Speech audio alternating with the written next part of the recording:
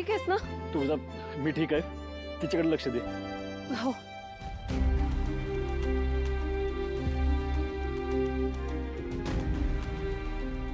चिमू,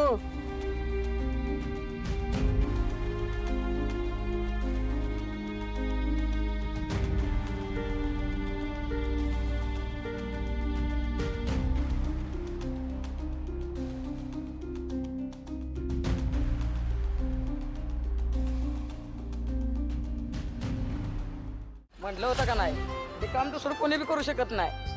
आपल्या सूर्यानेच ती पोरगी जिवंत बाहेर काढली. खरं आहे, सूर्य होता म्हणून तिला जीवानीशी बाहेर काढली. थोड्या वेळात येईल शुद्धीवर.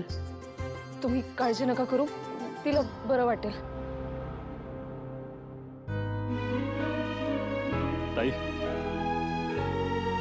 मला माहिती आहे तुमची इच्छा नसताना मी तुमच्या मुलीला वाचवला, पाण्यात उडी मारली.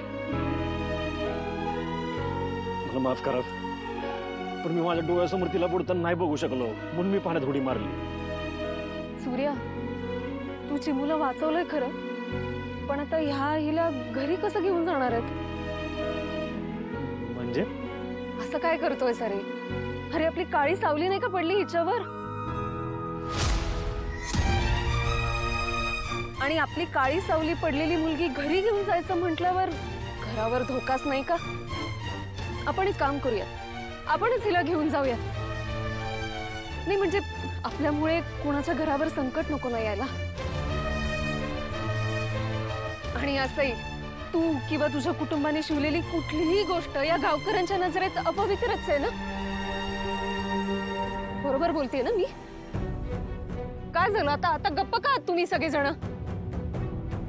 आता दातखिळी बसली असेल तुमची. देव न करो आज या मुलीला काही झालं नाही म्हणून. पण हिला जर आज काही झालं असतं ना तर तुम्ही सगळेजण गप्पा बसला असता का? बोला ना आता.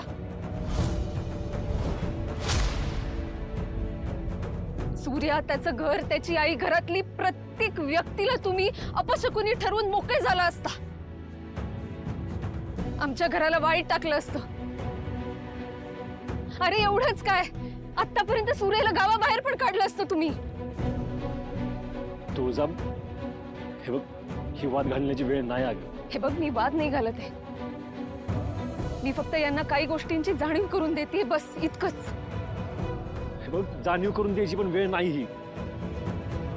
त्यांना उपचारांची गरज आहे. ताई, तुम्ही तिला दवाखान्यात न्या पटकन आणि त्याच्यावर उपचार करा. तुझं चल, आपण इथनं जाऊया.